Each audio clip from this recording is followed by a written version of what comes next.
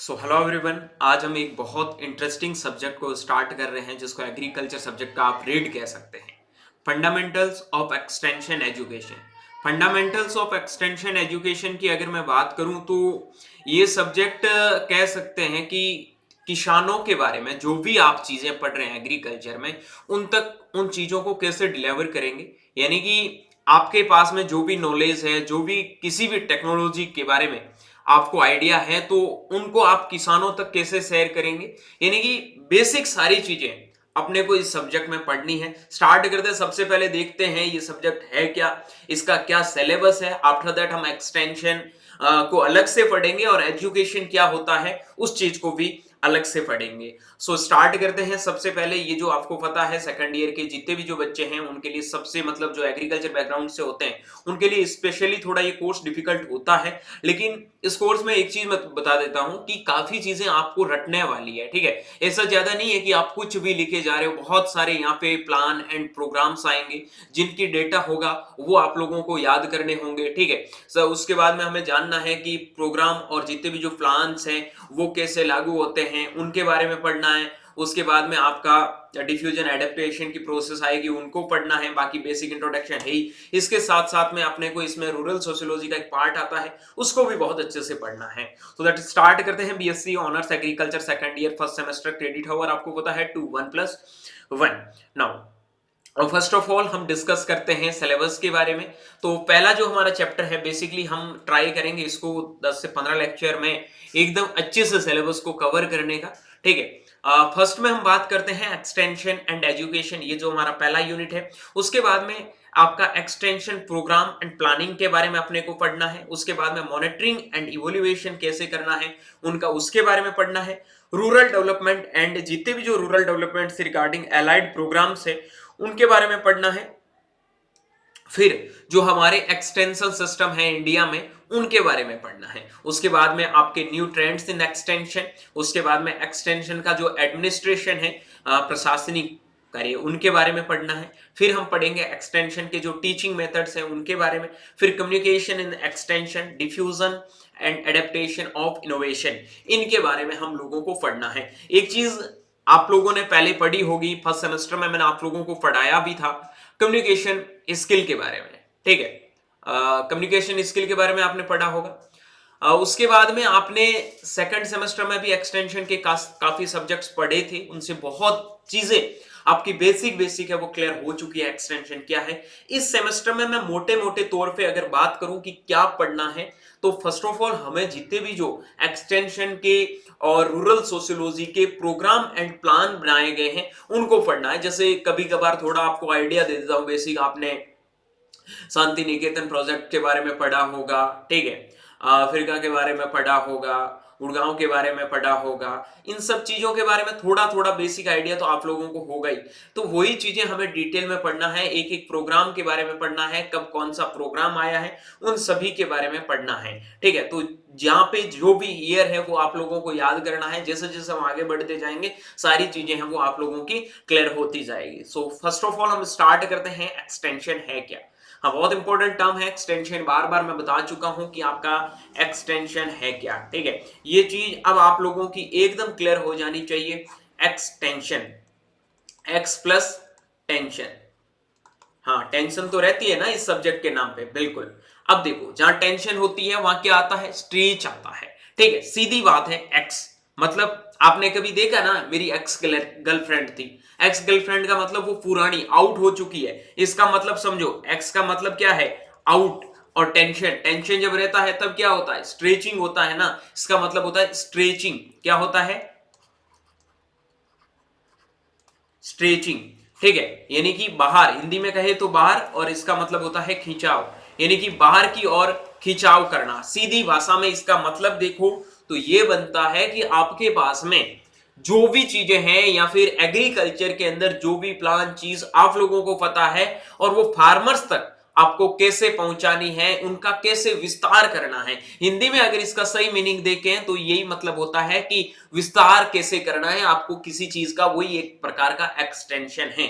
आई बात समझ में? आपने देखा होगा एक्सटेंशन सब्जेक्ट का जब नाम आता है तो सीधा आप फार्मर्स के साथ रिलेट करते हैं, और हम एक स्टूडेंट हैं या फिर जो भी साइंटिस्ट है वो किसी भी चीज को अपने फार्मर्स तक कैसे पहुंचाएगा, एक्सटेंशन के थ्रू पहुंचाएगा। ठीक है, अब यहां से मतलब समझ जाना एक्स प्लस टेंशन। ठीक है, कौन सी भाषा का वर्ड है, लेटिन भाषा का वर्ड है, ये चीजें हम बार बार जान चुके हैं। सो फर्स्ट ऑफ ऑल हम स्टार्ट करते हैं, एक्सटेंशन का मतलब क्या होता है। ठीक है, यहां पे एक्सटेंशन अर्थ का उत्पत्ति दो लेटिन शब्दों से मिलकर बना हुआ है। एक्स का मतलब होता है बाहर, ठीक है, जो आपका आउट हो चुका है, और यहाँ पे स्ट्रेचिंग मतलब विस्तार, बार फैलाना। ठीक है, ये आपका स्ट्रेचिंग, आपका टेंसियो का मीनिंग होता है स्ट्रेचिंग। तो ये एक्सटेंशन वर्ड है वो आप लोगों को यहाँ पे क्लियर हो चुका होगा कि हमारा एक्सटेंशन है क्या और कहां से इनकी स्टार्टिंग होती है, क्या अपन लोगों को इसमें पढ़ना है। उसके बाद में मैं आप लोगों को बताऊं कि एक्सटेंशन शब्द है वो सबसे पहले, यहाँ पे शब्द की बात हो रही है कि एक्सटेंशन वर्ड फर्स्ट टाइम है वो कहां से आया था, तो वो आपके 1860 में सबसे पहले, जो कैम्ब्रिज और ऑक्सफोर्ड यूनिवर्सिटी का नाम तो हर एक स्टूडेंट ने सुना होगा। ठीक है, कैम्ब्रिज और ऑक्सफोर्ड यूनिवर्सिटीज ने यूनिवर्सिटी एक्सटेंशन प्रोग्राम शुरू किया था। ये बहुत इंपॉर्टेंट चीज है, याद रखना। ठीक है, उसके बाद में इसका मेनली जो उद्देश्य क्या था कि जो आपका एजुकेशन है, ठीक है, एग्रीकल्चर एक्सटेंशन बाद में आया था। पहले एक्सटेंशन का मतलब क्या होता है, यहाँ पे एग्रीकल्चर एक्सटेंशन का मतलब होता है एग्रीकल्चर से रिलेटेड चीजें हम लोगों के साथ में शेयर करते हैं, उनको विस्तार से समझाते हैं जो भी है। लेकिन एक्सटेंशन का मतलब होता है आप टू ए कम्युनिकेशन, जैसा आपने देखा नहीं है ना कि एक चीज के बारे में किसी दूसरे लोगों को बारे में मतलब दूसरे लोगों को बताना। जैसे मान लो मैं बीएचयू में पढ़ रहा हूं, आप कोई और यूनिवर्सिटी में पढ़ रहे हो, आप उस यूनिवर्सिटी की चीज किसी और लोगों को बता रहे हो, ये आप एक प्रकार का एक्सटेंशन है क्योंकि आपने उस चीज का विस्तार किया है। आई बात समझ में? देखो, इसका मेन जो आपका ऑब्जेक्टिव क्या था, विश्वविद्यालय की शिक्षा आम लोगों तक पहुंचाया जाए, उसी के लिए यहां से स्टार्ट किया था। और जो आपका एक्सटेंशन वर्ड गिवन बाय वो आपका एक वोरिस्कर के साइंटिस्ट थे, उन्होंने दिया था। और एक्सटेंशन शब्द जो सबसे पहले यूज किया था वो थे आपके जेम्स स्टुअर्ट। ठीक है, ये चीजें बहुत इंपॉर्टेंट है, याद रख लेना। अब देखो फादर, आगे पढ़ेंगे कि फादर कौन है। ठीक है, उसके बाद में इंडियन फादर कौन है उनके बारे में भी पढ़ेंगे। लेकिन एक्सटेंशन का सबसे पहले तो वर्ड किसने दिया, एक्सटेंशन वर्ड गिवन बाय, उसके बाद में एक्सटेंशन वर्ड यूज बाय, मतलब एक्सटेंशन वर्ड को सबसे पहले यूज है वो जेम्स स्टुअर्ट ने किया था। ये चीजें आप लोगों को यहां तक याद रखनी है। Got it? Now moving on next point.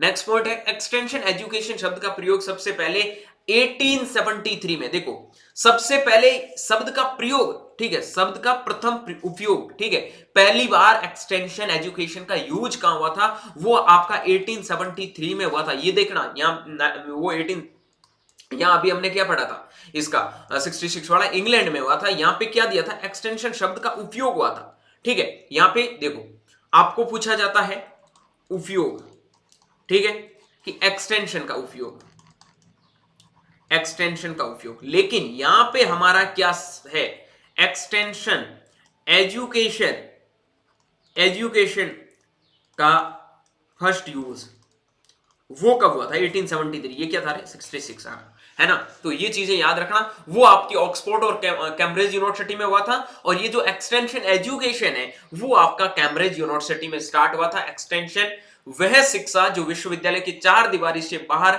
दूर दराज के लोगों तक विस्तारित की जाती है। आई बात समझ में? अब मेरी बात को समझना, एक्सटेंशन हमने पढ़ लिया, एक्सटेंशन का मीनिंग क्या होता है। अब हम बात करते हैं एजुकेशन का। किसकी बात कर रहे हैं, CATION, एजुकेशन, यानी कि हिंदी में आप जिसको बोलते हैं शिक्षा। शिक्षा, अब शिक्षा भी किस भाषा का वर्ड है, सीधा याद रखना, दोनों वर्ड एक्सटेंशन और कौन सा, ये जो education, both word belong from Latin. ठीक है, अब देखो आपको मैंने पहले समझाया भी होगा जब फर्स्ट ईयर में पढ़ाया था कि भाई ज्यादातर आपको शब्द या तो लेटिन भाषा के मिलते हैं, ठीक है, या फिर आप लोगों के ग्रीक वर्ड दिखते हैं। अब आपको पता है जिस वर्ड के पीछे कल्चर होता है, बेसिकली कल्चर लगा होता है, वो हम मान लेते हैं कि लेटिन का है। बेसिकली जिनके पीछे नोमी या फिर आपका लोजी जिस वर्ड के पीछे होता है वो हम मान लेते हैं कि ये ग्रीक वर्ड है। लेकिन कुछ चीजें हमें याद करनी होती है, और बेसिकली जो मोस्ट ऑफ द वर्ड है वो लेटिन और ग्रीक से इसलिए आते हैं कि बोथ आर डेड लैंग्वेज, यानी कि ये दोनों मृत भाषा है जिसके ऊपर इन फ्यूचर कभी भी कोई भी किसी भी प्रकार की कंट्रोवर्सी नहीं हो सके। आई बात समझ में? तो ये चीजें याद रखना। एजुकेशन, अब हम बात कर रहे हैं एजुकेशन और एक्सटेंशन, दो वर्ड हमने यहां पे पढ़े थे। ये दोनों के दोनों वर्ड कहां से मतलब आए हुए हैं? वो लेटिन भाषा से आए हुए हैं। ठीक है, हमने पढ़ा एक्सटेंशन सबसे पहले कैम्ब्रिज और ऑक्सफोर्ड यूनिवर्सिटी में, ठीक है, 1866 में। उसके बाद में एक्सटेंशन एजुकेशन 1873 में, वो आपका कैम्ब्रिज यूनिवर्सिटी में आया था। वर्ड किसने दिया और जिस पढ़ लिया था। उसके बाद में सबसे पहले जो आपका स्टाउट ने यूज किया था उनके बारे में भी पढ़ लिया। अब हम बात कर रहे हैं what is the actual meaning of education. So first of all the word education आपका ड्राइव्ड हुआ था लेटिन वर्ड का, जिसका मीनिंग होता है एड्यूकार, जिसको आप एड्यूकार पढ़ते हैं, ठीक है, एड्यूकार से। टू रियर, ठीक है, to rear, to bring up. To rear का मतलब होता है आपको उस चीज के बारे में पालना, बताना, ठीक है। रियरिंग मतलब आप नहीं पढ़ा है, एग्रीकल्चर में पढ़ा होगा, लाइवलीहुड में भी मैंने पढ़ाया था। रियरिंग का मतलब क्या होता है? पालना। टू ब्रिंग अप का मतलब होता है फैलाना। अपने पास में जो भी नॉलेज है उनको कैसे फैलाना है। हिंदी में इसका मीनिंग पहले देखो, ठीक है, ये देखो, पालन पोषण करना, ठीक है, रियर का मतलब, और आगे बढ़ाना, फैलाना। आप अपने नॉलेज को कैसे ग्रो अप करोगे, यही इसका एड्यूकार का मीनिंग होता है। यही चीज आप लोगों को समझनी है। हिंदी वाले भी पढ़ लेना, साथ में सारी चीजें समझाऊंगा, डोंट वरी, ठीक है। Education is the process of developing the abilities and capabilities of the individual so that they can be effectively respond to real life situation। मतलब क्या है कि आपकी जो रियल लाइफ सिचुएशन है उनमें आप लोगों को जानना है कि आपकी एबिलिटी क्या है, आपकी कैपेबिलिटी क्या है। एक एक इंडिविजुअल तौर पे आप देखोगे तो आप लोगों को पता चलेगा कि आपके रियल लाइफ की सिचुएशन क्या है और आपको क्या सीखने की जरूरत है। यही आप लोगों को एजुकेशन समझाती है। यहां एक वर्ड आता है KAS, ये वर्ड सीधा याद रखो, आपका एक्सटेंशन एजुकेशन। एक्सटेंशन की बात बता दी, ठीक है। यहां पे एजुकेशन का मीनिंग आपका एकदम क्लियर हो जाएगा। मतलब क्या है कि desirable change in human behaviour, सीधे याद रखना एजुकेशन मीनिंग, ठीक है। The desirable change in human behaviour like knowledge, attitude and skill also known as education. ये चीज आपकी एकदम क्लियर हो जानी चाहिए कि एजुकेशन है क्या। आई बात समझ में? तो यहां से एक मीनिंग याद रखना, एजुकेशन कास्ट। कास्ट का मतलब, के का मतलब होता है नॉलेज, ठीक है, उसके ए का मतलब होता है एटीट्यूड, और आपके एस का मतलब होता है स्किल। ये बहुत इंपॉर्टेंट है, चीज याद रखना, मोस्ट ऑफ द जगह ये ट्रिक पूछी जाती है, ठीक है। उसके बाद में अगला क्वेश्चन आपको पूछा जा सकता है, बेसिक ये जो आपको इंट्रोडक्टरी पार्ट पूछा जाता है, ठीक है, what is the meaning of extension, what is the meaning of extension education. यहां से भी क्वेश्चन है। अब आप थोड़ा अगर दिमाग लगाओगे तो एक्सटेंशन क्या है और एक्सटेंशन एजुकेशन क्या है, दोनों के अंदर आप लोगों को फर्क पता चल जाएगा, ठीक है। Change through education, change in knowledge, farmers who did not know about new high yielding variety, ठीक है, HYV आपको पता, you know, high yielding variety, learn about it through extension programmes. मतलब क्या है? चेंज इन नॉलेज, फार्मर्स कैसे जानेंगे कि आपके मार्केट के अंदर कोई आपकी high yielding new varieties release हुई है, ठीक है। आप उस चीज को कैसे उन लोगों के पास में पहुंचाओगे, राइट, यही चीज आप लोगों को यहां पर समझनी है। चेंज इन स्किल, उनके स्किल को कैसे चेंज करोगे। Farmers learn how to cultivated the high yielding varieties which they did not know earlier. मतलब किसानों को थोड़ी पता है कि उनको हाई यील्डिंग वेराइटीज को कैसे ग्रो करना है, कब लगाना है, कहां लगाना है, क्या करना है। यही बात समझ में? जो हम एक प्रोग्राम और प्लानिंग आगे पढ़ते हैं तो उसमें 5W, ठीक है, और एक H मीनिंग होता है। उनका मतलब ही क्या होता है? व्हाट, व्हाई, वेयर, ठीक है, हुम, ये सब चीजें आप लोगों को देखनी है। उसके बाद में हाउ, ये आप एक कोई भी प्लान बना रहे हो तो वैसे यहां पे एक चीज फॉलो करके देखो। आप एक कोई वैरायटी मार्केट में नई रिलीज कर रहे हो तो मैं कोई चीज तुम्हें पढ़ा रहा हूं, मेरा मतलब ये तो नहीं है ना मैं खुद मेरा वीडियो देखूं। मतलब क्या है, मैं स्टूडेंट के साथ में चीजों को कैसे पहुंचाऊं।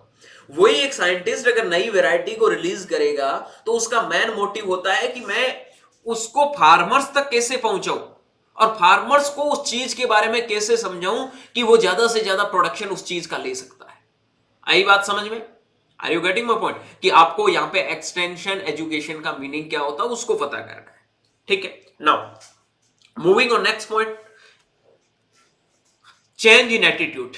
सीधी बात है कि आप किसी आदमी के या फिर खुद के अंदर भी देख लो, ठीक है, आप अपने नॉलेज को, आप अपने स्किल को और आप अपने एटीट्यूड को कैसे चेंज कर सकते हैं, वही एक प्रकार का एजुकेशन है। एजुकेशन का मतलब ये नहीं है कि मैंने कोई भी बुक्स उठा ली है, मैं बुक से पढ़ रहा हूं, ठीक है, मेरा काम हो रहा है, चल रहा है। नहीं मेरे भाई, यहां पे एजुकेशन का एक्चुअल मीनिंग ये होता है कि आप अपने नॉलेज में कितना चेंज लेके आ रहे हो, आपकी स्किल के अंदर कितना चेंज हो रहा है, एंड आपका एटीट्यूड है वो कैसे बदल रहा है। ये आपका एक प्रकार का एजुकेशन है और इसी चीज को आप लोगों को समझना है। ठीक है, नाउ अगली बात करता हूं मैं एजुकेशन का। ये जो हिंदी में मीनिंग देख लो, एजुकेशन शिक्षा शब्द जो आपका एड्यूकार से बना है, जिसका अर्थ होता है पालन पोषण करना और आगे बढ़ना। ठीक है, शिक्षा वह प्रक्रिया है जिसमें आपके व्यक्ति की क्षमताओं का विकास किया जाता है ताकि वे जीवन की परिस्थितियों का उचित रूप से सामना कर सके। शिक्षा मानव व्यवहार में वांछनीय परिवर्तन लाती है। ठीक है, जैसे उनका नॉलेज हो गया, उनका स्किल हो गया और उनका एटीट्यूड मतलब उनका जो रवैया है वो हो गया। ठीक है, उसके बाद में शिक्षा से होने वाले परिवर्तन आपके नॉलेज में, उसके बाद में आपके स्किल के अंदर, उसके बाद में आपके दृष्टिकोण में परिवर्तन होता है। ठीक है, नाउ ये चीजें आप लोगों को अच्छे से सकारात्मक रवैया कैसे विकसित करते हो भाई। लोगों की थिंकिंग नहीं होती नेगेटिव थिंकिंग, कैसे आप सोचते हो, पॉजिटिव थिंकिंग, कि आपके माइंड के ऊपर डिपेंड करता है ना। आप किसी चीज के बारे में नेगेटिव सोचोगे, किसी चीज के बारे में पॉजिटिव सोचोगे। आप कॉलेज में गए थे, आपने गर्लफ्रेंड बनाई, आपने उनके दो पहलू जाने होंगे, क्या इसका पॉजिटिव पॉइंट होगा, क्या इसका नेगेटिव पॉइंट होगा। जिस बच्चे ने ये चीज सोची है वो कभी भी दुख नहीं पाएगा, और जो नहीं सोचता है इट मींस कि वो एजुकेटेड नहीं है। और एजुकेशन का मीनिंग ही यही होता है कि आप लोगों को उन तीनों चीजों के बारे में समझना है। ठीक है, आई बात समझ में? कोई भी चीज, मैं ये आपको बुक की बात नहीं कर रहा हूं, लाइक आप लाइफ के अंदर कोई भी एक एक्सपीरियंस, ठीक है, कोई भी किसी भी चीज को उठा के देख लो, आपके पास में नॉलेज उस चीज का होगा, आपके उस स्किल उस चीज को करने के लिए होगी, है ना। किसान है भाई, खेती करते हैं, तो हमारे पास में क्या है, नॉलेज से ज्यादा स्किल है। नॉलेज तो बाद की बात है, आई बात समझ में। उसके बाद में हम उस प्रोस्पेक्टिव को कैसे देखते हैं कि हमारे को खेती से जो अनाज मिलेगा उसका क्या नेगेटिव रेस्पॉन्ड होगा, क्या पॉजिटिव होगा, वो हम जानते हैं। आई बात समझ में? नाउ अब हम बात कर रहे हैं कि भाई बेसिकली जो एजुकेशन है उनका टाइप क्या है। आपने पढ़ा होगा फॉर्मल और इनफॉर्मल एजुकेशन हर जगह, लेकिन यहाँ पे एक आता है नॉन फॉर्मल एजुकेशन, वो भी हम लोगों को पढ़ना है। हम जानेंगे कि इनफॉर्मल एजुकेशन क्या होता है, फॉर्मल एजुकेशन क्या होता है। ये डिफरेंस आपने छोटी क्लासेस में कभी पढ़ा होगा, ठीक है, कि फॉर्मल और नॉन फॉर्मल एजुकेशन क्या होता है। तो type of education, basically three type of education यहाँ पे अगर मैं बात करूं तो, और बेसिकली आप देखोगे यहाँ पे एजुकेशन का सीधा बात करूं तो यहाँ पे दो ही टाइप का एजुकेशन है। वो एक तो है आपका औपचारिक और दूसरा है अनौपचारिक। औपचारिक का मतलब होता है फॉर्मल और अनौपचारिक का मतलब होता है आपका इनफॉर्मल एजुकेशन। ये जो कॉम्स और एमन 1974 में दो साइंटिस्ट थे, उन्होंने ये स्टार्टिंग में बताया था कि इनफॉर्मल एजुकेशन क्या होती है और फॉर्मल एजुकेशन क्या होती है। सो फर्स्ट ऑफ ऑल हम डिस्कस करेंगे informal education is the lifelong learning process through which a person gain knowledge, ये देखो, gain knowledge, skill, attitude, insights from the daily experience at home, work, play and surroundings। सीधी बात समझो मेरे भाई, क्या मतलब होता है इनफॉर्मल का मतलब होता है फॉर्मल, मतलब आप फॉर्मल वे में किसी ऑफिस में जाते हो, किसी स्कूल कॉलेज में जाते हो, वो फॉर्मल एजुकेशन समझो। सीधी उसको एक अलग रखो, आप कॉलेज में पढ़ रहे हो, स्कूल में पढ़ रहे हो, वहां पे जो आपको शिक्षा मिल रही है also known as formal education. लेकिन आपने घर में अपनी मम्मी से क्या सीखा, अपने पापा से क्या सीखा, या फिर आपका जो पर्सनल एक्सपीरियंस था उसके तहत पे आप लोगों ने क्या सीखा है, also known as informal education. आई बात समझ में? नाउ अब हम आगे बात करते हैं कि भाई फॉर्मल एजुकेशन, पहले इंग्लिश में देखो, formal education is the highly institutionalization, मतलब आपका जो भी इंस्टीट्यूशन है उनके द्वारा आपने क्या सीखा, ठीक है। उसके बाद में स्ट्रक्चर्ड एंड दी आपका जो एक कह सकते हैं ना, सीधी बात समझो कि एक आप कितने जो स्कूल और कॉलेज की चार दीवारी के अंदर में रह के जो भी चीजें सीखी है, लाइक आपका ये क्या हो गया अभी जो आपका प्राइमरी स्कूल है, continues up to university level, मतलब सबसे पहले प्राइमरी स्कूल में पढ़े थे, उसके बाद में आप सेकेंडरी में गए, सीनियर सेकेंडरी में गए, उसके बाद में कॉलेज लाइफ में गए, ये सारा क्या था, ये सारा फॉर्मल एजुकेशन था। ठीक है, हिंदी में देखो औपचारिक शिक्षा वह शिक्षा व्यवस्था है जो पूरी पूरी तरह से जो आपके संस्थागत क्रमबद्ध और श्रेणीबद्ध होती है, जिसकी शुरुआत आपका प्राथमिक विद्यालय से होकर विश्वविद्यालय तक होती है। ये आपका क्या है, एक प्रकार का फॉर्मल एजुकेशन है, जिसको आप क्या बोलते हैं, औपचारिक शिक्षा बोलते हैं। आई बात समझ में?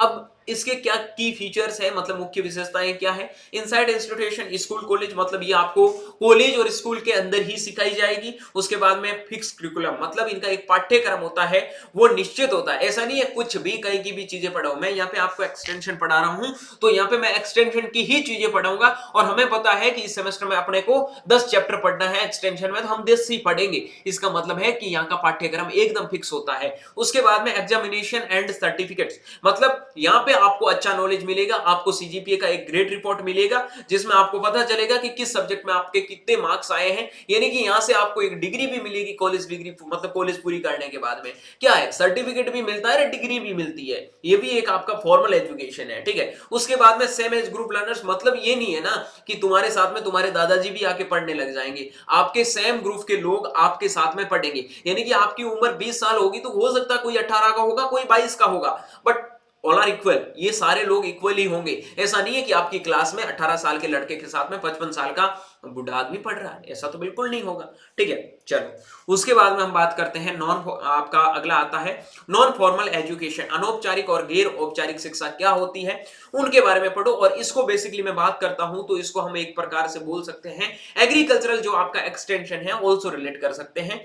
ये आपका एग्रीकल्चरल एक्सटेंशन एजुकेशन सिस्टम के साथ में भी आप इनको जोड़ सकते हैं। कैसे, अभी समझाता हूं। Non formal education is the organised and systematic educational activities, ठीक है, conducted outside the formal school system for the specific group such as farmers, adults, youth, women etcetera. मतलब गैर औपचारिक शिक्षा वह संगठित एवं आपके जो व्यवस्थित शिक्षा है जो औपचारिक विद्यालय प्रणाली के बाहर दी जाती है, जैसे किसानों, युवाओं, महिलाओं आदि उनकी आवश्यकता के अनुसार जो उनको जो नॉलेज प्रोवाइड करवाई जाती है, वो नॉन फॉर्मल एजुकेशन होता है, या फिर हम कह सकते हैं एग्रीकल्चरल एक्सटेंशन एजुकेशन। ये लो, ये तीनों टाइप का हो गया। तीनों टाइप में आप लोग अच्छे से अंडरस्टैंड कर चुके हैं, फॉर्मल क्या होता है, इनफॉर्मल क्या होता है, नॉन फॉर्मल क्या होता है। आई बात समझ में? अब मैं एक बेसिक चीजें आप लोगों को, इसका की फीचर देख लो। आउटसाइड स्कूल वॉल्स, मतलब विद्यालय की चार दीवारी के बाहर जो भी चीजें आप लोगों को सिखाई जाती है। उसके बाद में फ्लेक्सिबल जो आपका करिकुलम एक्टिविटीज होता है, वो थोड़ा लचीला होता है, फ्लेक्सिबल होता है। उसके बाद में नीड बेस्ड लर्निंग, मतलब जितनी आप लोगों को जरूरत होती है उतनी ही नॉलेज आप लोगों को दी जाती है। ऐसा नहीं है, अब जैसे किसान है, किसान को पता है कि मेरे खेत में कोई कीड़ा लग गया, उस कीड़े को निकालना कैसे, जो काफी लोगों को लगा होता है, ठीक है, उस कीड़े को कैसे, प्लास्टिक वाला भी होता है ना, हाँ ठीक है, जस्टिफाई। तो उस कीड़े को निकालना कैसे है, उनको ये नॉलेज चाहिए। या फिर उनके खेत में कोई डिजीज, मतलब बीमारी वगैरह लगी हुई है, तो आप उसको कैसे कंट्रोल करोगे, वो चीज उनको बतानी है। लेकिन ऐसा नहीं है ना, उनको जाके तुम ये बताते हो ट्रैक्टर कैसे बनता है। अरे क्या मतलब है भाई उसका, ठीक है। जो चीज जहां पे जिस टाइम उसको जरूरत है, वही चीज उसको अंडरस्टैंड करवानी है। Are you getting my point? Now moving on next point, need based learning, ठीक है। उसके बाद में नो एग्जाम नो डिग्री, उनको कोई एग्जाम नहीं लिया जाएगा। उनको बताता है कि मैं किसान के सामने जाके ऐसे मत बोलना, मैं तुम्हें बताता हूं कि खेत के अंदर दीमक लगती है, तो इस दीमक का आपका सुधार कैसे होगा, इसको खेत से हटाओगे कैसे, ठीक है, मैनेजमेंट कैसे करोगे। और उसके बाद में मैं आके तुम्हारा पेपर लूंगा, बेटा ना गलती मत करियो, ठीक है। तो ये चीज वहां पे नहीं होता है, और ना ही उनको कोई डिग्री देनी होती है। आई बात समझ में? तो अब यहां पे तीनों समझो। एग्जाम्पल में देखो, सबसे इंपॉर्टेंट एग्जाम्पल है एग्रीकल्चरल एक्सटेंशन। यहां पे मैं एक बार के लिए तीनों को रिलेट करके बताता हूं, ठीक है, अच्छे से समझो। ये हमारे पास में तीनों टाइप की, एक तो हमारे पास में है, सबसे पहले वो आपका आता है इनफॉर्मल एजुकेशन, ठीक है। उसके बाद में आता है हमारे पास में फॉर्मल एजुकेशन, फिर हमारे पास में आता है नॉन फॉर्मल। अब इन तीनों चीजों को अच्छे से समझो। ये चीज है वो आप अपने होम के अंदर, घर के अंदर सीखते हैं, या फिर डेली लाइफ के अंदर आप क्या सीखते हैं, ठीक है, वो आपका इनफॉर्मल एजुकेशन है। फॉर्मल एजुकेशन का बेसिक मीनिंग समझो। फॉर्मल एजुकेशन का मीनिंग होता है कि भाई आपको स्कूल के अंदर या फिर आपको यूनिवर्सिटी के अंदर क्या पढ़ाया जाएगा, क्या पढ़ाते हैं, इससे आपको डिग्री एंड सर्टिफिकेट दोनों मिलते हैं, ये भी चीज ध्यान रखना। लेकिन ये आता है आपका नॉन फॉर्मल एजुकेशन। ओ नॉन फॉर्मल एजुकेशन, तो नॉन फॉर्मल एजुकेशन का मीनिंग क्या होता है? जो आपकी एजुकेशन बेसिकली स्कूल के बाहर दी जाती है, no degree and no certificate. यहां पे कह सकते हैं आपका जो भी आप एग्रीकल्चरल एजुकेशन, एग्रीकल्चरल एक्सटेंशन कह सकते हैं ना, एक्सटेंशन। ये तीनों समझो, इनफॉर्मल क्या है, फॉर्मल क्या है और नॉन फॉर्मल क्या है। ऑनेस्टली आप लोगों को बताऊं, यहां से कोई भी कॉम्पिटिटिव एग्जाम नहीं होगा आज तक का जहां पे एक्सटेंशन सब्जेक्ट का नाम आया और ये क्वेश्चन नहीं पूछा। हर जगह पूछा जाता है agricultural extension, which of the type of education, ठीक है, विच टाइप ऑफ एजुकेशन, ऐसे भी क्वेश्चन। इनफॉर्मल, फॉर्मल और नॉन फॉर्मल, सीधी ध्यान रखना। आई बात समझ में? अब दोनों को पहले अंडरस्टैंड करो, फॉर्मल एजुकेशन क्या है और उसके बाद में नॉन फॉर्मल एजुकेशन क्या है, उनको थोड़ा समझने का प्रयास करो। फॉर्मल एजुकेशन में होता क्या है? Teaching inside the institution. ये डिफरेंस भी पूछा जाता है, it's a very very important question, ठीक है। टीचिंग इनसाइड द इंस्टीट्यूशन मतलब क्या है? फॉर्मल एजुकेशन में इंस्टीट्यूट के अंदर आपको टीचिंग करवाई जाती है, लेकिन यहां पे टीचिंग आउटसाइड द इंस्टीट्यूशन, बहुत इजी पॉइंट लिखा है, आराम से समझ लेना, ठीक है लर्नर्स। ये सबसे इंपॉर्टेंट पॉइंट्स है, यहां पे स्टेटमेंट के भी क्वेश्चन बनते हैं। ये क्वेश्चन पूछा जाता है कि formal education are homogeneous type of education. Homogeneous का मतलब होता है same age, same goal, same group के लोग, ठीक है। मैं एग्रीकल्चर की पढ़ाई कर रहा हूं तो मेरे साथ में एग्रीकल्चर के लोग बैठेंगे, आईआईटी का के नहीं बैठेगा। आई बात समझ में? मैं 6 क्लास का बच्चा हूं तो मेरे साथ में 6 क्लास का बच्चा ही बैठेगा। आप फर्स्ट में थे तो आपको फर्स्ट में कैफे गड़े एबीसीडी भी सिखाते थे, वहां आके आपको बिग बैंग थ्योरी नहीं पढ़ाते थे, ठीक है। लेकिन यहां पे जो होते हैं वो आपके हेट्रोजीनस होते हैं, अलग अलग एज के, अलग अलग ग्रुप के, अलग अलग कल्चर के लोग भी आ सकते हैं। जरूरी नहीं है कि फार्मर 60 साल का ही होगा, फार्मर 25 साल का भी हो सकता है। ये आपका एक प्रकार का नॉन फॉर्मल एजुकेशन है। Are you getting my point now? अगली चीज है strict rule and fixed curriculum. जो फॉर्मल एजुकेशन होगी उसके अंदर आपको strict rules and fixed curriculum activities है उनके बारे में बताया जाएगा। Flexible programme based on needs. जो नॉन फॉर्मल होती है उसमें फ्लेक्सिबल प्रोग्राम होंगे और नीड की बेस पे जितनी जरूरत होती है उतनी सारी चीजें।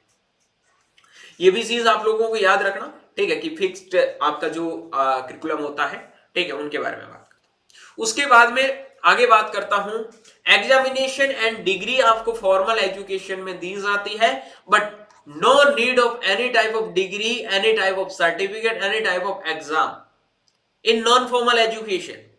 Okay, now one way flow of knowledge, teacher और स्टूडेंट के बीच में एक फ्लो रहता है कि टीचर पढ़ाता है और स्टूडेंट उस चीज को अंडरस्टैंड करता है। लेकिन यहां पे two way learning like farmers और एक्सटेंशन एजेंट के बीच में, दोनों में आपस में, किसान आपको कुछ सिखाएगा, आप किसान से कुछ सीखेंगे,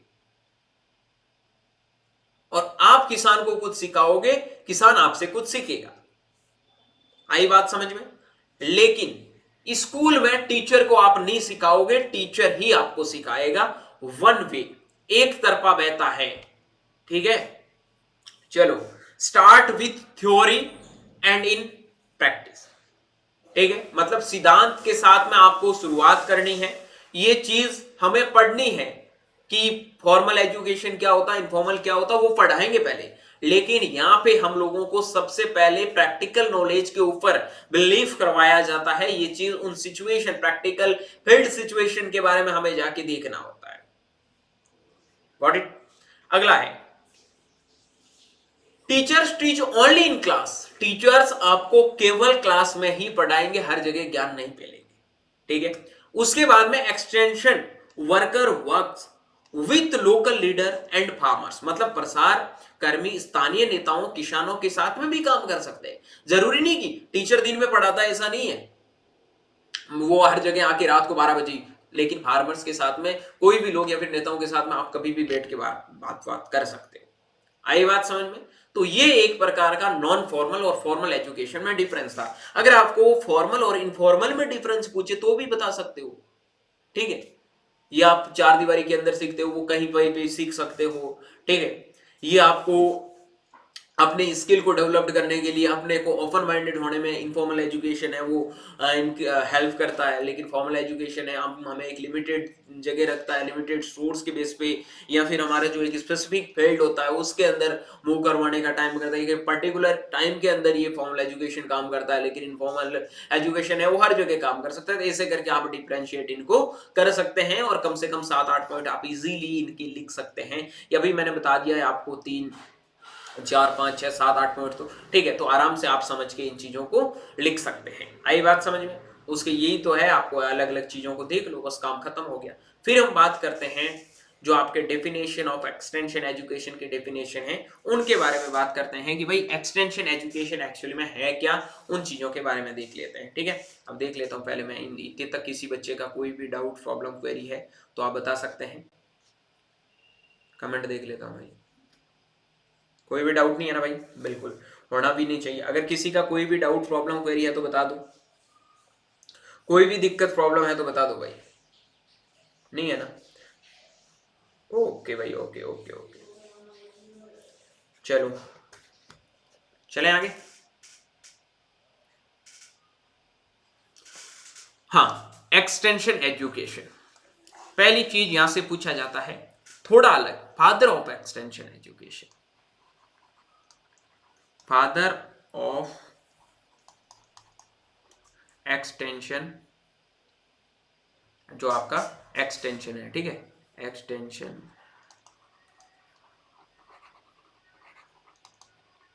वो कौन है? जो आपका केनॉफ, केनॉफ, इसमें आप क्या करना है, NAF, ऐसा एक नाम दिखेगा आपको, केनॉफ। वो आपके क्या है? Father of extension. ये क्वेश्चन आपको बेसिकली पूछा जाता है कि फादर ऑफ एक्सटेंशन कौन है, तो आप लोगों को थोड़ा है वो इसके बारे में याद कर लेना है। ठीक है। उसके बाद में तो ये क्वेश्चन तो बेसिकली हम आगे पढ़ेंगे ही कि फादर ऑफ इंडियन एक्सटेंशन कौन है, फादर ऑफ एक्सटेंशन कौन है। ठीक है। तो ये एक क्वेश्चन है वो किसी एक एग्जाम के अंदर पूछा गया था, तो मैंने आपको ये बता दिया है नॉफ के बारे में कि नॉफ आपके क्या है, फादर ऑफ एक्सटेंशन एजुकेशन है। ठीक। चलो उसके बाद में हम बात कर लेते हैं इनके जो जनरल डेफिनेशंस है कि एक्सटेंशन एजुकेशन है क्या। ये आपका नॉफ हो गया। ठीक है, नॉफ।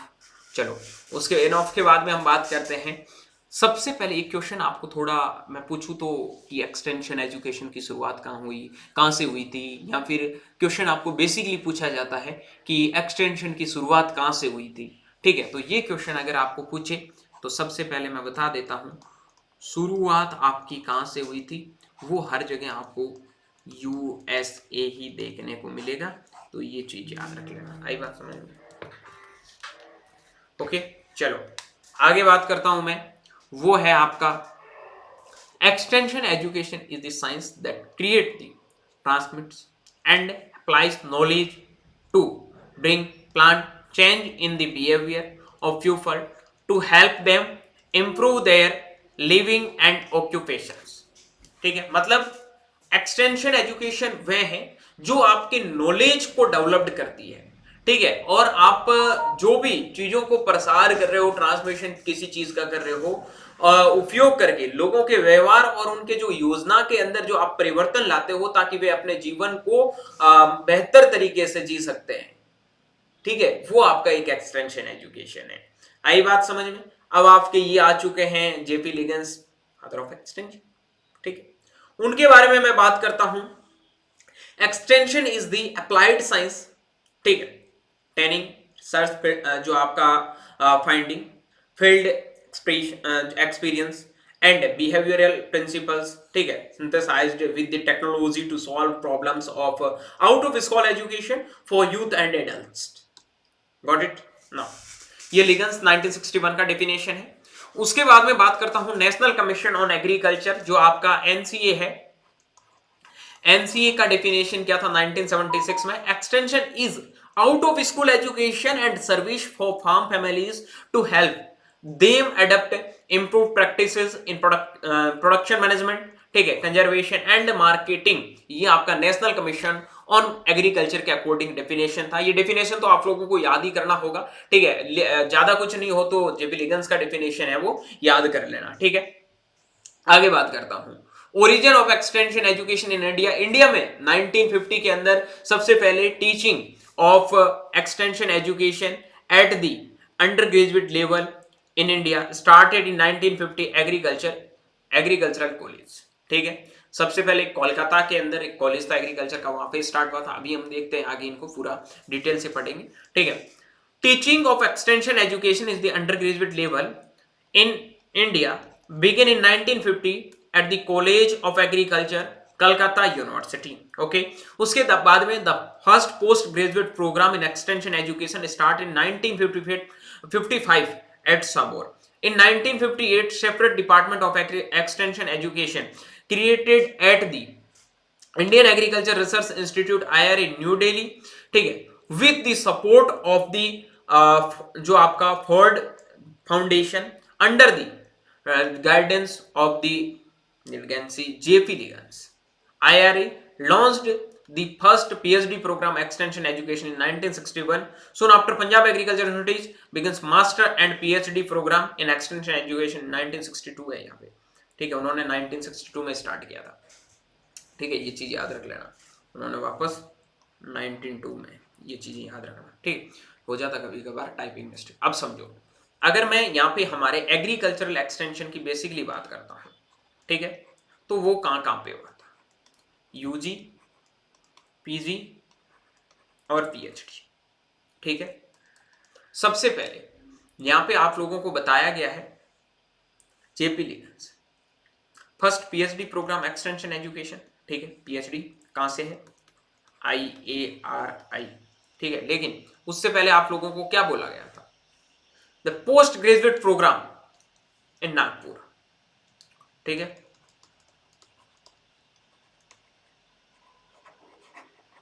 लेकिन यूजी लेवल पे मैं बात करता हूं तो सबसे पहले जो आपका था कॉलेज ऑफ एग्रीकल्चर, मतलब यहाँ पे सेपरेटली अगर एजुकेशन एक्सटेंशन एजुकेशन के बारे में करवाया था कॉलेज ऑफ एग्रीकल्चर, या फिर आप कह सकते हैं BAU शाहपुर, ठीक है, ये याद रखना। आई बात समझ में?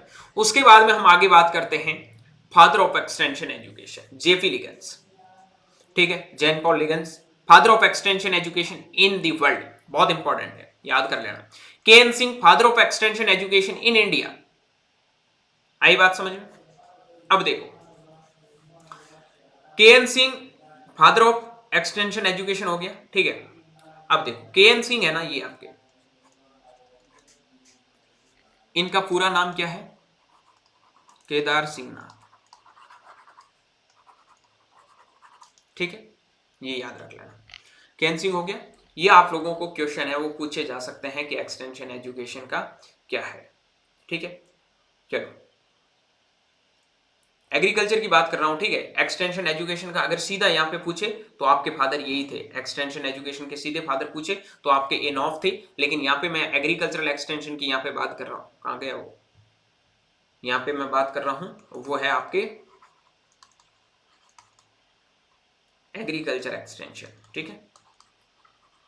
और यही क्वेश्चन हम लोगों को पूछे जाते हैं, अपने को यही करना है, सीधी चीज ध्यान रखना, ठीक है। एग्रीकल्चर एजुकेशन जो एग्रीकल्चर एक्सटेंशन से रिगार्डिंग है कि फादर ऑफ एक्सटेंशन कौन है, जेपी लिगन्स ही लिखते हैं बेसिकली, और आपको जेपी लिगन्स ही लिखना है, फादर ऑफ एक्सटेंशन वही। एक्सटेंशन जो आपका यूएसए की सबसे पहले बात करता हूं तो मॉडल एक्ट 1862 के अंदर आया था, establish land grant college system. उसके बाद में आपका हैच एक्ट 1887 में क्रिएटेड एग्रीकल्चरल एक्सपेरिमेंट स्टेशन इन लैंड ग्रांट कॉलेज। उसके बाद में आपका स्मिथ लेबर एक्ट आया था, ठीक है, वो आया था 1914 में, establish the cooperative extension service. उसके बाद में फादर ऑफ जो आपका डेमोन्स्ट्रेशन है, ठीक है, डॉक्टर सीमेन केनॉफ, ठीक है, ये भी याद रख लेना, और इन्हीं से वो माना जाता है उनका, ठीक है, केनॉफ को बोलते हैं। चलो, उसके बाद में ऑब्जेक्टिव क्या है एक्सटेंशन के, यहां से क्वेश्चंस बेसिकली बनते हैं, वो है objective are the ends toward which the efforts of extension are the directed. The fundamentals objective is to promote economic, social and cultural development of rural people through education. ठीक है, सीधी बात समझो कि हम हमारी इकोनॉमिक को डेवलप करने के लिए, इकोनॉमिक को प्रमोट करने के लिए सोशल और कल्चरल लेवल पे डेवलपमेंट करना चाहते हैं। रूरल पीपल जो भी है, मतलब गांव में रहने वाले लोग हैं, उनको एजुकेटेड करना चाहते हैं। उन्हीं की वजह से हमारी एग्रीकल्चर की इकोनॉमिक्स है वो डेवलप्ड होगी। समझ गए बात को। Major objective to help the identify and analyse the problems and felt needs, मतलब हमारे जो बेसिक क्या प्रॉब्लम्स है, ठीक है, उनको कैसे आइडेंटिफाई कर सकते हैं, कैसे एनालाइज कर सकते हैं, उसमें वो हेल्प करेगा। To develop leadership and help people organise group to solve their problems. उसके बाद में to disseminate research based and practical and economical useful information and the आपका अंडरस्टैंडेबल फॉर्म। उसके बाद में to help people mobilise and utilise local and external resources effectively. उसके बाद में to collect and transmit feedback to research and administration for the solving management problems. ठीक है, now आगे बात करते हैं कि जो इंपॉर्टेंट बुक्स है एक्सटेंशन एजुकेशन की, वो कौन कौन सी, प्रिंसिपल भी पढ़ेंगे, थोड़ा वेट करो। एक्सटेंशन एजुकेशन की बुक है वो आपकी एडवी रेड्डी की। उसके बाद ये क्यों आपको वाइवा के अंदर बेसिकली मैं बात करता हूं, तो वाइवा के अंदर आपको क्वेश्चन से पूछे जा सकते हैं कि एक्सटेंशन की एक बुक का नाम बताओ, ठीक है, तब जाके हाँ, ये क्या होता है, ये तो कभी देख ही नहीं, बाकी तो सब पढ़ते रहते हो, ये नहीं पढ़ते हो, इसलिए याद कर लेना। एक्सटेंशन कम्युनिकेशन एंड मैनेजमेंट की बुक लिखी थी, ये बहुत इंपॉर्टेंट बुक है, और अगर कोई बच्चा परचेज करता है तो जीएल रे की बुक आप परचेज कर सकते हो, ठीक है, एक्सटेंशन कम्युनिकेशन एंड मैनेजमेंट की। उसके बाद में बात करता हूं education and communication for development, जो आपका धामा ओफी एंड आपका भटनागर ओफी के द्वारा लिखी गई है। उसके बाद में इंट्रोडक्शन टू एक्सटेंशन एजुकेशन सीवीसू। उसके बाद में agricultural extension education K. N.. Singh, ये हमारे इंडियन एग्रीकल्चर एक्सटेंशन के फादर है, ये भी चीज याद होनी चाहिए। उसके बाद में बात करता हूं text book of agricultural communication ऐसे संधू। उसके बाद में चैलेंजिंग दी आपका प्रोफेशंस, उसमें आपके रॉबर्ट चैम्बर्स का बुक है, ठीक है, ग्रामीण विकास पर जो पुस्तक है उनके बारे में। उसके बाद में रूरल डेवलपमेंट पुटिंग दी लास्ट फर्स्ट, ठीक है, जो आपके रॉबर्ट चैम्बर्स की है, मतलब ग्रामीण विकास अंतिम को प्रथम रखना, ठीक है। उसके बाद में आगे बात करता हूं गाइड दी अल्टरनेटिव एक्सटेंशन अप्रोचेज, वो आपका एच.सी. सिंह का है।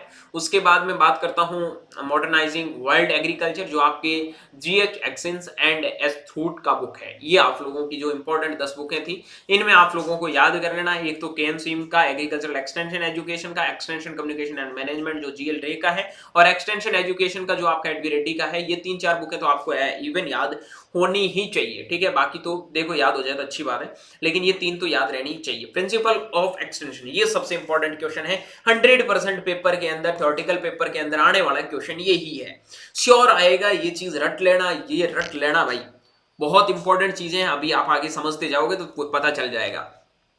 प्रिंसिपल्स जनरल गाइडलाइंस, ठीक है, guidelines for the consistent decision and actions, ठीक है। सबसे पहले बात करता हूं प्रिंसिपल ऑफ कल्चरल डिफरेंस के बारे में। Cultural means the social heritage of people, farmers differ in habits, ठीक है, कस्टम्स, वैल्यू, उसके बाद में attitudes, lifestyle, extension work must match local culture. उसके बाद में संस्कृति का अर्थ क्या होता है उसके बारे में बात करनी है, ठीक है, रिवाजों, मूल्यों और जीवन शैली में मतलब भिन्न होते हैं, इसलिए एक्सटेंशन कार्य हमेशा जो आपको स्थानीय संस्कृति के अनुरूप होने चाहिए। बात को समझो मेरे भाई, क्या है ये प्रिंसिपल, बेसिकली आप लोगों को क्या बताता है, differs in habit, customs, value, attributes, lifestyle, मतलब यहाँ पे हर एक जगह के लोगों के कल्चरल डिफरेंस होते हैं। हर जगह के लोग, कहीं के लोग गोले, मतलब क्या कहते हैं उसको, काले दिखेंगे, कहीं के लोग गोरे दिखेंगे, ठीक है। कहीं के लोगों का रूटीन अलग होता है, हैबिट सब लोगों की अलग होती है। तो ये प्रिंसिपल ऑफ कल्चरल डिफरेंस, मतलब हर जगह को लोगों को अलग अलग वे में ट्रीट करना है और वहां की पहले बेसिक अंडरस्टैंडिंग करनी है कि यहाँ के लोगों को हम कैसे सिखा सकते हैं, किस वे में इन लोगों के साथ में वे ऑफ कम्युनिकेशन करेंगे, तब जाके हम सक्सेस होंगे। उन चीज के बारे में अपने को अंडरस्टैंड करना है। आई बात समझ में। उसके बाद में बात करता हूं ग्रास रूट प्रिंसिपल क्या होता है। तो ग्रास रूट प्रिंसिपल का सीधा मीनिंग देखो, बाकी छोड़ो, इसका मतलब ये होता है कि भाई जहां पे जो लोकल एरिया के अंदर जो लोग रह रहे हैं उनकी बेसिक प्रॉब्लम्स क्या है उनको अंडरस्टैंड करना पड़ेगा, तभी जाके मतलब आप जमीनी स्तर से उन चीजों को समझ पाओगे और आगे उनको मूव ऑन कर पाओगे, ठीक है। उसके बाद में तीसरी जो चीज है प्रिंसिपल ऑफ इंडिजीनियस नॉलेज। इनका इंडिजीनियस का नाम से पता चल गया होगा कि जो आपके पुराने तौर तरीके हैं, मतलब भाई जो पुराने प्राचीन टाइम से जो चीजें चलती आ रही थी उन चीजों को हमें ध्यान में रखते हुए आगे बढ़ना है। ऐसा नहीं है एकदम जाके वहां पे कुछ नई थ्योरी लगा दी, नई चीजें सिखा दी, तो वो अंडरस्टैंड करवाना बहुत मुश्किल हो जाएगा। आई बात समझ में। उसके बाद में आगे बात करता हूं, अगला है principle of interest and need. मतलब वहां के जो भी आपके लोग हैं, पीपल्स रियल नीड दी, जो आपके interest must guide the extension programme, not the agents of an interest. आपके सामने जो लोग बैठे हैं उनको उस चीज के बारे में इंटरेस्ट है, एजेंट को हो या ना हो कोई फर्क नहीं पड़ता। आई बात समझ में। उसके बाद में अगला आप लोगों को पूछा जाता है principle of learning by doing. मतलब जो आपका पार्टिसिपेशन है, ठीक है, एक्चुअल वर्क के अंदर कैसे आप उनसे सीखोगे चीजों को और कैसे लोगों के बिहेवियर को चेंज करवाओगे, ये चीज हम लोगों को, या फिर कोई आप लोगों को नॉलेज दे रहा है, मैं आप लोगों को पढ़ा रहा हूं, आप उस चीज से कैसे चीजें सीखोगे और कैसे उन चीजों के बारे में अपने नॉलेज को अप्लाई करोगे, कैसे काम करोगे, ठीक है। क्या आपकी सारी एक्चुअल जो पोजीशन है वो चेंज होगी या नहीं होगी, वो यहां पे दिखाती। आई बात समझ में। फिर आगे बात करता हूं प्रिंसिपल ऑफ पार्टिसिपेशन का मतलब होता है पीपल मस्ट पार्टिसिपेट, जो आपका willing in the identify problems, planning and implementation. मतलब जो समस्याएं हैं, जो प्रॉब्लम्स चल रही है, योजना बनाने के लिए हमें लोगों को पहले देखना है कि उनका जो भागीदारी है या नहीं है, ठीक है। जो हम प्लान बना रहे हैं उनके अंदर वो उन चीजों को हमें पहचानना है, पहले हमें देखना है सारी चीजों को। तो ये आपका पार्टिसिपेशन है कि लोग कितनी भागीदारी उस चीज के अंदर ले रहे हैं। उसके बाद में फैमिली प्रिंसिपल का मतलब होता है कि unit of development include farmers, women and youth. मतलब परिवार विकास की एक मूल इकाई है। कैसे? जैसे मेरी बात को समझो, सबसे पहले एक आपका परिवार बनता है। परिवार बन के क्या बनेगा मेरे भाई? अलग अलग परिवारों से गांव बनता है, ठीक है। ठीक है, एक सोसाइटी बन सकती है, उनसे पहले आप कह सकते हैं समुदाय बन सकता है, समुदाय बन सकता है, ठीक है। ये समुदाय बन गया। समुदाय के बाद में क्या बनेगा? गांव बनेगा। गांव के बाद में क्या बनेगा? एक आपका ग्राम पंचायत बनेगा। क्या बनेगा? ग्राम पंचायत बनेगा। ग्राम पंचायत के बाद में एक आपके डिफरेंट टाइप के ब्लॉक बनने लग जाएंगे, ठीक है। ब्लॉक के बाद में मैं अगर बात करता हूं तो आपका कह सकते हो आप तहसील बन जाएगा, ठीक है। तहसील बन गया। उसके बाद में आप लोगों का बनता है जिला, ठीक है। जिला बन गया। उसके बाद में आप लोगों का राज्य हो गया। राज्य के बाद में आप लोगों का देश हो गया, ठीक है। ऐसे करके हमारा ये पूरा समुदाय, आप लोगों को इसी यूनिट से शुरुआत करना है, एक परिवार को ध्यान में रखते हुए कि उसमें जो भी यूथ्स है, फार्मर्स, वुमेन्स है, उन सारे लोगों को साथ में लेके आगे कैसे बढ़ना है, ठीक है।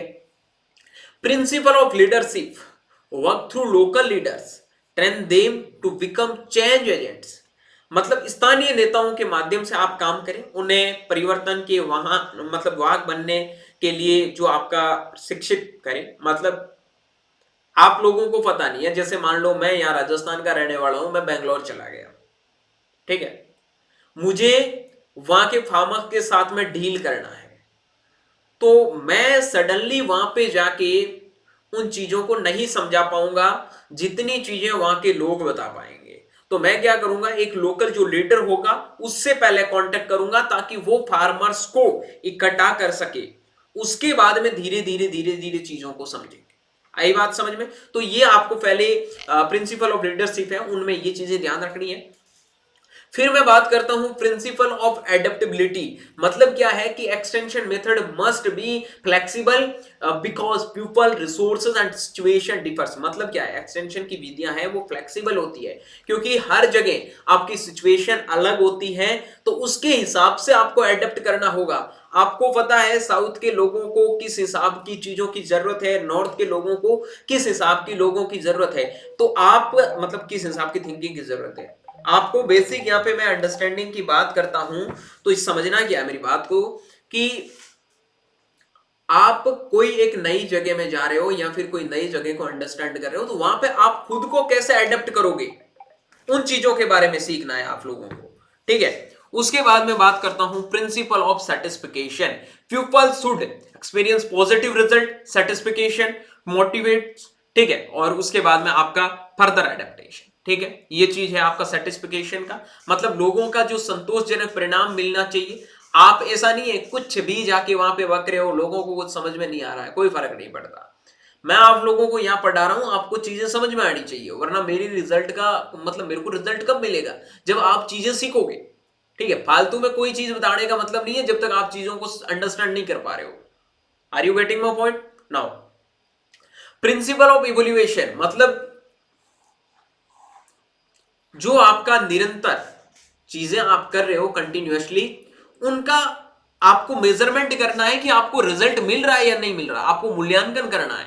ठीक है, ये आपका क्या है, मूल्यांकन है। ठीक है, आइडेंटिफाई गैप्स। ठीक है, उसके बाद में प्रिवेंट्स, जो आपका स्टेग्नेशन होता है उनके बारे में, मतलब जो आपकी कमियां सामने आती है और ठहराव रुकता है, जो भी मतलब आप देखो आपकी कौन सी कमियां हैं, क्या आप और इंप्रूव कर सकते हो। ये क्या करोगे जब आप इवोल्यूएशन करोगे किसी चीज का, तभी पता चलेगा। मैंने यहाँ पे क्लास ली, किसी बच्चे ने या फिर कमेंट करके बताया सर ये चीज समझ में नहीं आई, या ये नहीं हुआ, या फिर कुछ भी हुआ, जो भी XYZ मेरी कमी थी उन्होंने बताया, तो मैं उस चीज के बारे में नेक्स्ट टाइम से इवोल्यूएशन करूंगा कि हाँ ये मिस्टेक मैंने यहां पे की है, मुझे नेक्स्ट टाइम में मिस्टेक नहीं करनी है। ठीक है, तो वही चीज आप लोगों को उसमें इवोल्यूएट करनी। डन। फिर सबसे इंपॉर्टेंट आता है, एक क्वेश्चन आपको पूछा जाएगा 100% 101% एक्सटेंशन एजुकेशनल प्रोग्राम। ठीक है, आप लोगों को एक्सटेंशन में सबसे पहले ये चीजें देखनी है, SOTER,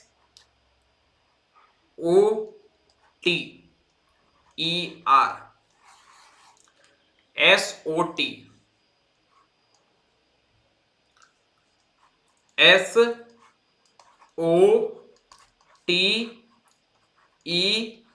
और R। अब इसका मतलब समझो, S का मतलब, O का मतलब, T का मतलब, E का मतलब और R का मतलब। ठीक है, यहां पे आपको अलग अलग चीजें बताई गई है, आपको कैसे है वो समझना है। वो आपका जेफी लिगेंस जी ने एक ये क्वेश्चन दिया था आपका, मतलब क्वेश्चन क्या, एक प्रोसेस दिया था कि आपका एक्सटेंशन एजुकेशन प्रोसेस है वो कैसे काम करता है 1967 के अंदर। ठीक है, सबसे पहले आपको क्या करना है, सिचुएशन को एनालिसिस करना है कि हमारे पास में क्या सिचुएशन है, उसको एनालाइज करना है। उसके बाद में आता है ऑब्जेक्टिव, किस लिए, उद्देश्य क्या है। ठीक है, उसके बाद में आता है आपका टीचिंग। ये चीज ध्यान रखना है कि आप कैसे, what to teach and how to teach, कैसे आप पढ़ाओगे। ठीक है, उनके बारे में क्या पढ़ाओगे, कैसे पढ़ाओगे। टीचिंग में बात करता हूं क्या और कैसे।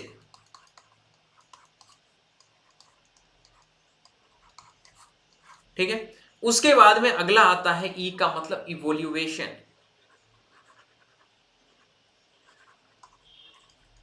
ठीक है, इवोल्यूएशन के बाद में आता है आपका रीजनरेशन। ठीक है, रीग्रोथ, रीजनरेशन कह सकते हैं आप। ठीक है, इवोल्यूएशन, इवोल्यूएशन के बाद में रीजनरेशन, रिकंसिडरेशन, मतलब आप किसी चीज को यहाँ पे रीजनरेट कैसे कर सकते हो या रिकंसिडर कैसे करते हो। यहाँ पे रीजनरेट या फिर एक सबसे इंपॉर्टेंट यहाँ कंसिडर, रिकंसिडर। ठीक है, या फिर रिकंसिडरेशन।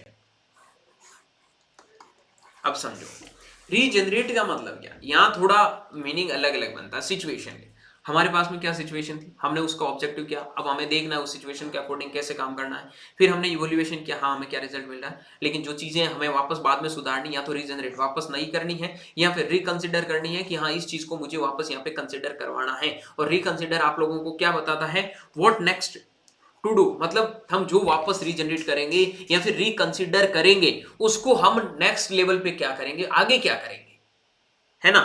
वही चीज हम यहाँ पे ये बताता है, रिकंसिडरेशन आगे क्या करना है। ठीक है, ये आपका क्या है, इवोल्यूएशन है। अब समझो, सबसे पहले स्टेप फर्स्ट में सिचुएशन को एनालाइज करना, मतलब क्या है, लोगों के संसाधनों, समस्याओं, आवश्यकताओं, सीमाओं और अवसरों का अध्ययन करना। स्टेप 2 में ऑब्जेक्टिव सेटिंग, मतलब आपको पहले ऑब्जेक्टिव बनाना है कि विश्लेषण के आधार पर स्पष्ट, यथार्थवादी और मापने योग्य उद्देश्य तय करना है। टीचिंग प्लान, प्रोग्रामिंग प्लानिंग, ठीक है, कौन सी विधि के माध्यम से संदेश रणनीति अपनाई जाएगी, तय करनी है।